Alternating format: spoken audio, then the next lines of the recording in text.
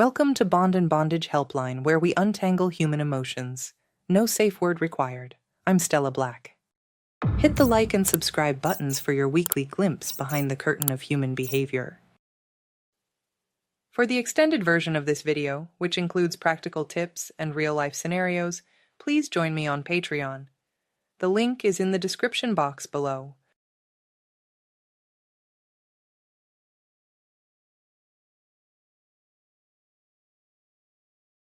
If you watched my earlier videos, you remember that I promised a detailed dive into the holy trinity of attraction. Grab a notepad and a writing utensil and sit down. This one is very practical, very applicable to the real world. This should give you lots of ideas on how to proceed, especially if you're a young person. We all think of attraction as a mystery, something ineffable, inexplicable, impossible to create out of thin air. Why do we click with some people instantly and not with others? Why do some relationships blossom while others never take off? While Hollywood might say it's all about chemistry, I'm here to tell you it's actually a lot simpler and practical.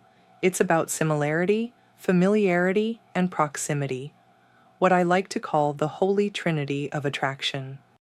Let's dive into each one and see how our brains, our environments, and our social patterns work together, often without us even realizing it, to shape our most important connections. Similarity. You remind me of me. Let's start with similarity. In friendships, romantic partnerships, even hiring decisions, similarity plays a powerful role. We like people who are like us, in values, interests, personality traits, background, even subtle things like word choice or facial expressions. From a social psychology perspective, this is called the similarity attraction effect. The more overlap we perceive between ourselves and another person, the more likely we are to feel rapport and trust. From a neurobiological angle, this makes sense. The brain is a prediction machine. When someone is like us, they're more predictable. That means fewer surprises and less cognitive load. Neurobiologically, interacting with someone similar triggers activity in the ventromedial prefrontal cortex, a region associated with valuation and self-referential thinking. When we see ourselves in someone else, our brain perceives that interaction as more valuable and rewarding. Your anterior cingulate cortex, involved in decision-making and social evaluation, becomes more active when you process someone different from yourself. It's like a little warning system. This person is unfamiliar. Be cautious. When someone is similar, that system quiets down. Your reward circuitry, especially the ventral striatum, lights up instead, essentially saying, "This person feels good. Keep engaging." This predictability reduces cognitive effort. The brain rewards that efficiency with dopamine. There's also cognitive fluency. We process familiar or similar things more easily, and that ease feels good. This is why someone laughing at your obscure references can feel oddly attractive. But here's the kicker. The similarity doesn't have to be real. It just has to be perceived. A 1986 study showed that simply believing someone shares your birthday, name, or favorite color makes you more likely to help them. Why? Because it triggers what's called in-group bias. Your brain thinks, they're one of us. So when you're swiping or mingling, your brain is subtly asking, how much like me is this person? We are naturally drawn to people who share our values and beliefs, hobbies and interests, communication styles, even facial expressions, speech patterns, or socioeconomic background. How to hack similarity. 1. Signal your interests clearly and often. The more visible your personality, passions, and values are, whether online or in real life, the more likely others will feel that "that's me" spark. This is called identity signaling. Use t-shirts, books, playlists, or conversation openers to reflect who you are. 2. Mirror, but subtly. This is the chameleon effect. People like those who subtly mirror their posture, tone, breathing frequency, voice volume, or word choice. It creates a feeling of we're in sync. Match energy levels. If they're calm, don't be over the top. If they laugh a lot, lean into humor. Read the other person and follow their cues. 3. Find or create high similarity spaces. Communities, classes, apps, clubs, where shared interests create natural similarity. Stop casting a wide net. Start showing up in niche environments where people already speak your language. Now let's talk about familiarity, another major ingredient in attraction. We're drawn to what's familiar. The more often we encounter something, or someone, the more we tend to like it. This is the mere exposure effect, first identified by psychologist Robert Zayonk in the 1960s. This effect is astonishingly powerful. Even nonsense words, abstract images, or neutral faces become more likable the more we're exposed to them. In one experiment, people rated foreign language characters as more aesthetically pleasing simply because they'd seen them more often. Your brain is constantly scanning for safety and predictability. Anything new triggers low-level threat responses in the amygdala, especially in social situations. But when something is repeated, a face, a voice, a name, it becomes familiar. Familiarity lowers threat, increases trust, and activates the medial prefrontal cortex, which helps us make value judgments about others. Familiarity soothes the brain. In short, if you show up in someone's world enough times, even passively, their brain will start feeling safer and warmer toward you. Think of it like this. Your brain has two jobs: keep you safe and save you energy.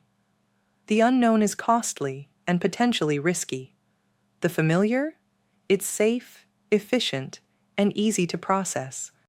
This is why familiar music, smells, or even facial features can evoke comfort or attraction. It's why we often end up falling for people who resemble our past partners, friends, or even parents, because their features trigger recognition, not novelty. But there's a dark twist to familiarity, too. If the early experiences you're familiar with were unhealthy, chaos, neglect, emotional unavailability, you may unconsciously be drawn to similar patterns later in life. Not because they're good for you, but because they're known. And to the brain, the known often feels safer than the unknown. This is where therapy, introspection, and growth come in, helping us retrain the brain to seek out new, healthier forms of familiarity. So how do you hack familiarity? Here are some real-world scenarios and specific tactics you can employ. Scenario 1. You want to be more likable in someone's orbit without being pushy? Do this. Be visible and consistent. Show up in the same places, times, or rhythms. Familiarity is about pattern recognition. People notice you before they know you. Use the background presence strategy. Sit in the same seat in a class, work at the same cafe, pop into a Discord or Zoom group regularly. Let people get used to you without needing to interact right away. Use subtle callbacks. Mention things you or they said before. It reinforces shared history, even in small doses. What can you say? How about this?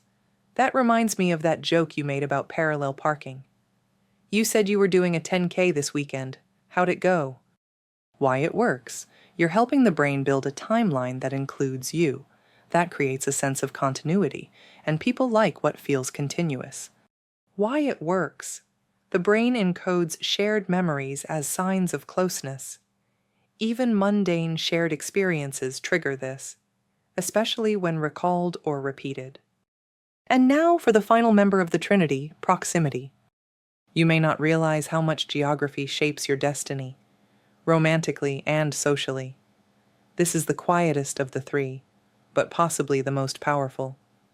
Proximity refers to physical or perceived closeness, and it dramatically increases the chances of connection, attraction, and even long-term bonding. Why? Because proximity creates opportunity, and opportunity, repeated over time, creates meaning. We tend to like, and form relationships with the people who are physically near us. This is known as the propinquity effect. One famous study from MIT in the 1950s found that students who lived next to each other in dorms were far more likely to become friends than those who lived just a few doors down, even though everyone was equally compatible on paper. Proximity increases interaction, and interaction increases opportunities for similarity and familiarity to work their magic. From a neurobiological perspective, proximity matters because our brains evolved to prioritize what's nearby. In ancestral environments, the people around you were your tribe, your allies, your potential mates, your threats. So proximity became a powerful filter for attention and emotional investment. When we're repeatedly exposed to someone in a shared space, even without interaction, our brain starts assigning relational weight to that person. It feels like, they're in my environment, so they must matter. They're part of my story. This is amplified by the reticular activating system, a part of the brainstem that filters what we notice. Proximity makes someone more mentally available, which primes us to bond. Today, proximity takes on new forms. We can be proximate through digital closeness too. The people we see most on social media, in group chats, in comments, or forums. These repeated exposures trick the brain into feeling closeness, even if we've never met. Neurobiologically, proximity facilitates dopamine conditioning. If someone is present during positive experiences, laughter, shared meals, creative collaboration, your brain begins to associate them with reward. Over time, just their presence becomes rewarding. But here's the funny thing. We don't notice proximity as a factor in attraction. We say, we just clicked, but we forget we sat next to them in class for 6 months. Proximity is the invisible architect of relationships.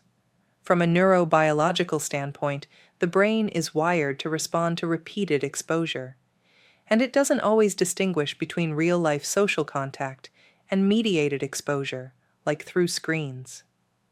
This is where parasocial relationships emerge.